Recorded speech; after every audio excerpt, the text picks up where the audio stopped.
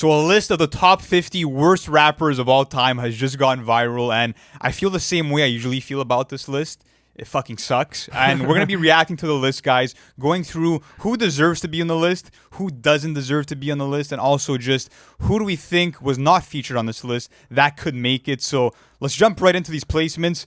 Lil Yachty at number 2, bro. This is totally undeserved. No, it's totally undeserved. And there's been a lot of criticisms with Yachty over the years. I mean, like, you know, making that bubblegum type of rap. And obviously there's certain records that are not, like, the best. But say that he's the second worst MC to ever grace a microphone legitimately doesn't make any sense. Listen, he's not a great album artist, but I feel like he gets too much slack for being like the poster boy of mumble rap. I feel like but people have put that on him unfairly. And if you're really looking at when Yadi has like spat on a song like Cortex, which is on YouTube, or even on cuts off a little boat, he's actually a pretty decent rapper. It's more of like the auto-tune infused, you know, bubblegum jingles that aren't really working out for him. But I think that he's placed too highly on there. What about Lil Pump at number 6? Lil Pump at number 6. I mean, yeah, he definitely deserves to be on this list. But you know what I noticed about this whole thing as well? Yeah. Bro, they took a bunch of people that would be considered in the trap lane and they just slapped them onto this list, which is absolutely fucking absurd. Like, I'm going to read you through some names and I want you to tell me, do you think that any of these people should ever be considered for a fucking list like this? Playboy Cardi. No, I don't think so. Gucci Mane. I don't think so. Young Thug. Never. I don't think so. Chief Keef. I don't think so. Gunna. Fuck no.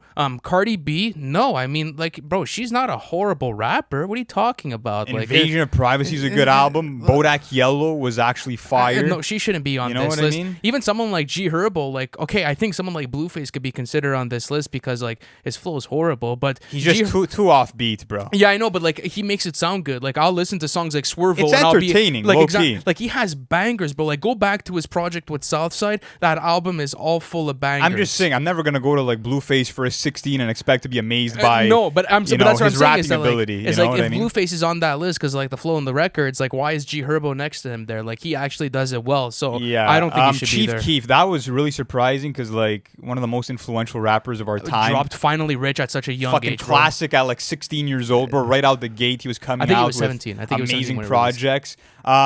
Number 1, Silk the Shocker. All right, this is interesting because this tells me that maybe this person that put together this list is maybe an old head just because he has artists that maybe people from this generation wouldn't know about, and also is hating on a lot of like the trap scene and the new wave. And putting Silk the Shocker there, bit surprising. I mean, he was part of that legendary No Limits Records run in the 90s and 2000s. Yeah, even having Master P like really close to him too. I think Silk is not the greatest rapper, and I feel like he tried too hard to like I would say impersonate Tupac sometimes in his sounds, and I also feel like he would be offbeat a lot of the fucking time, but number 1 is undeserved, bro. Like, you know who should be number 1? Maybe 6ix9ine. Yeah, 6ix9ine should definitely be in that conversation. Tom McDonald, Coyle Ray, Blueface, Vanilla Ice. Like, you're saying that those guys are better technical MCs than Silk the Shock. So, I mean, there's definitely no merit there. And even that, like, placing Master P so fucking high on this list. What do you clock in at? Number 3, I believe? Yeah, you have Master P, just bro. Just hating on No Limits, bro. Jeez, what the fuck's going on? Like, you're saying Smoke Perp and Lil Pump are over fucking Master P. They literally and put Silk like the Shocker. the 3 main guys Oh, of No Limit Records. They put C Murder, they put Master P, and Silk. Bro, look at Riff Raff at number 32. How the fuck did that guy get so like high up there? You know, like.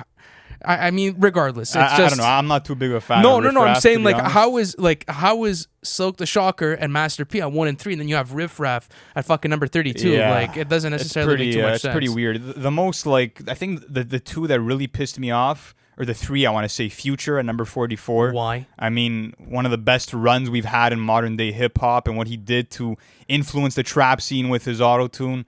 Legendary shit. Some of the biggest highs a rapper has ever achieved, bro, in this game. And like even at that, classic records like DS2, Monster, like Looking at 56 Nights, Future, Hendrix, like where do you want to stop with him? So absolutely not. Eazy-E, the godfather of gangster rap. What? Bro, you're literally talking about a guy that had put a signature sound onto NWA with Dr. Dre, Ice Cube, DJ Ella, and MC Ren. Like, I'm sorry, it doesn't make you're sense. not a fucking hip hop fan, bro. If you have him on this list, no, absolutely not. That makes zero sense. Like, to me, like that's like putting Invasion of Privacy as like one of the best albums of all time. I never like, really understood that one. That was a placement for this list to go viral. That's kind of like my take on it. Same thing for RZA at 47. Yeah, what the fuck's up with the RZA thing? He's known for being a producer, and he's like a top 5 greatest, hip hop producer of all time. But even when you're looking at like him being a hype man on songs like, Bring the Ruckus, the energy is fucking Not only that, incredible. but okay, bro, you want to go? You guys go through these verses right now, and you tell me if RZA should be on this list.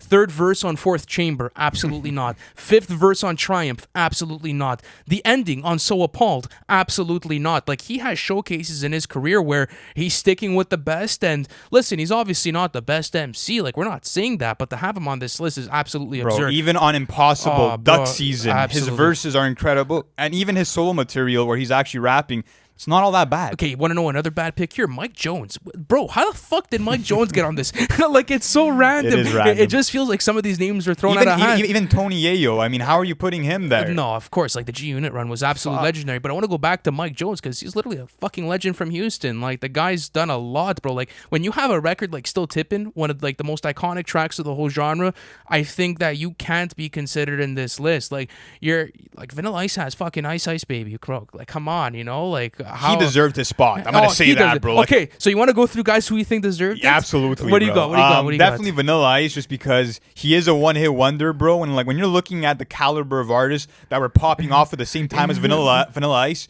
they put him to fucking shame, bro. Like, yeah, let's Vanilla be Ice honest. is definitely in there. Benzino, Yes. bro. Listen, what was sketch about Benzino is that like he owned the publication and like he would release his own records, and he was obviously known for the mic rating system, right? And it was super iconic back then. But bro, everything the guy would release underneath his name, he would like rate it like 4 or higher mics, and then you had like some Eminem albums that were coming out that were like 3 and less, and it just kind of proved like why someone that owns a publication can't be making these records and critiquing them. So I think that's I feel like the off-putting. legacy of his rap career, as harsh as it sounds, is going to be him getting annihilated by Eminem on Nail in the Coffin. Absolutely. That'll be the legacy of his career, in my opinion, at least. As a hip-hop artist, Nick Cannon absolutely deserves his spot here, bro. I mean, sure. He always had like 1 foot in and 1 foot out of hip-hop. I think he has like 2 albums out, but all you really get out of his music is that he gets carried by whatever pop artist he's featuring with.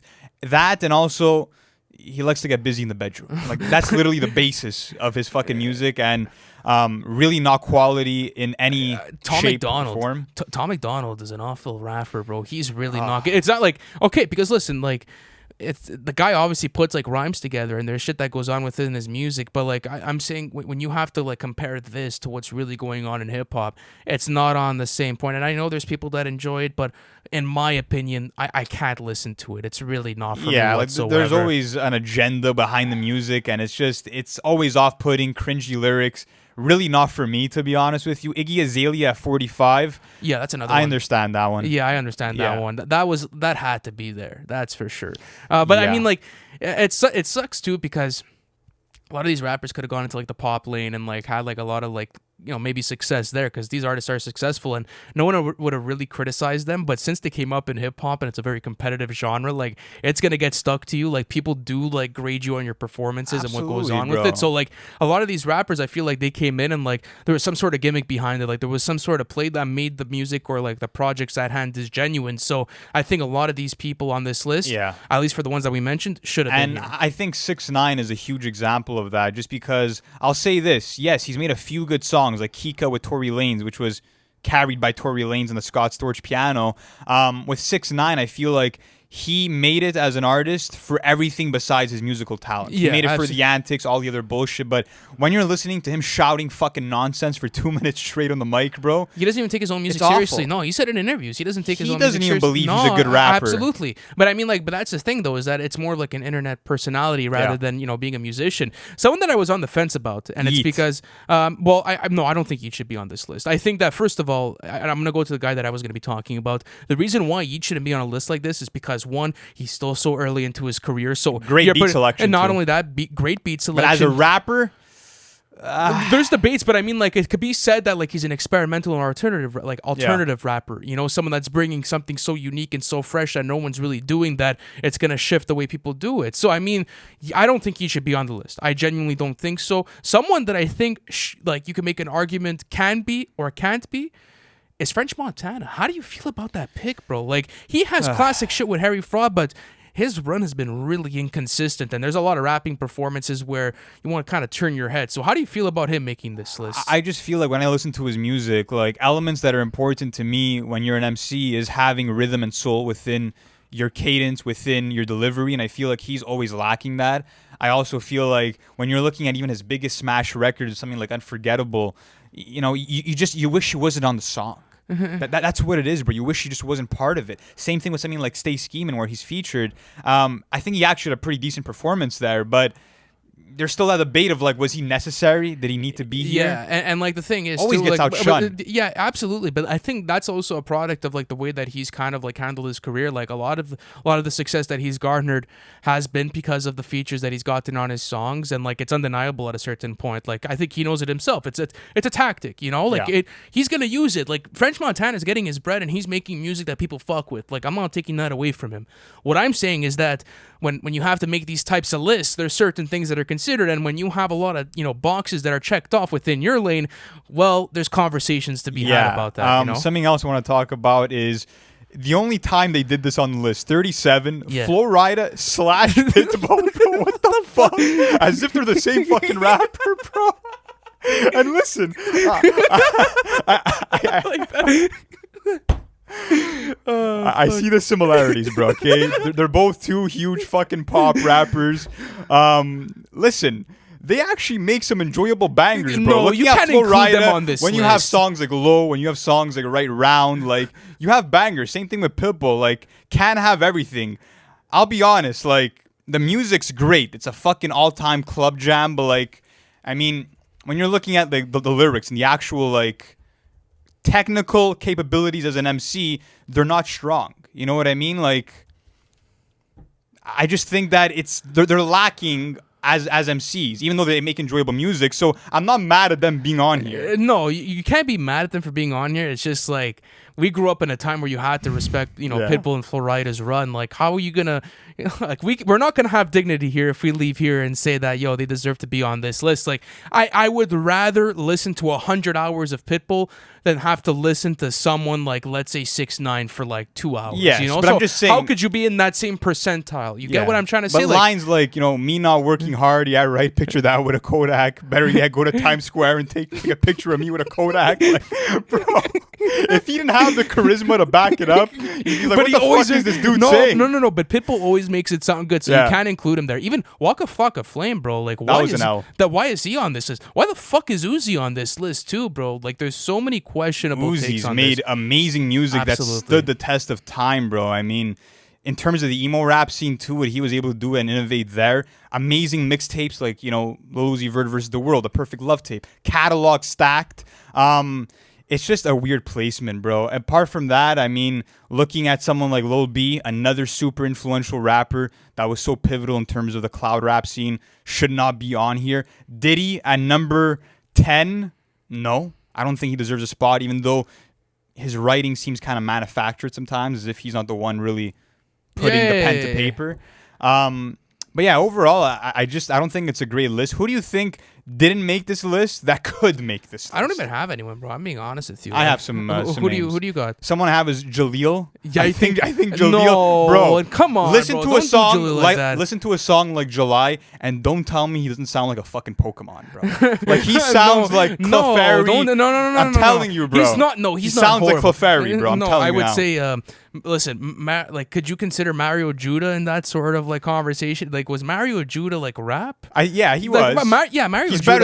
better than Jaleel to me, though. You think he's better than Jaleel for you? Yeah, just it's his vocal inflections that really suffer, bro.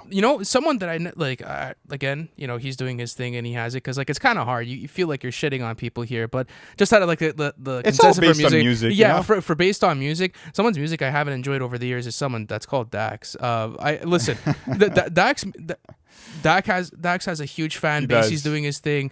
He's from Ottawa, so he's close to us as well. It's just I never gravitated towards his music, so he could be considered in this list. Maybe 645 AR. 645 AR could be onto this list as well. Hey, so you brought in some people that sounds like an AI baby, bro. Like that squeaky, high pitched voice. I know Nick fucks with some of his songs. It's a bit annoying to listen to. Lil Dicky is someone else who I think has made some of the most cringeworthy music. I mean, he only has one album out, but like, bro, have you ever listened to Earth? Yeah, I have listened to Earth. Yeah, no, it's really not a great song. But okay, guys, listen, in the comments, let me know, how do you feel about this list? Is there anyone that they missed? And who would you take out of this? Because there's a lot of, questionable ones, but there's some accurate ones, guys. So thank you guys so much for watching this. We appreciate you, and we'll catch you in the next one.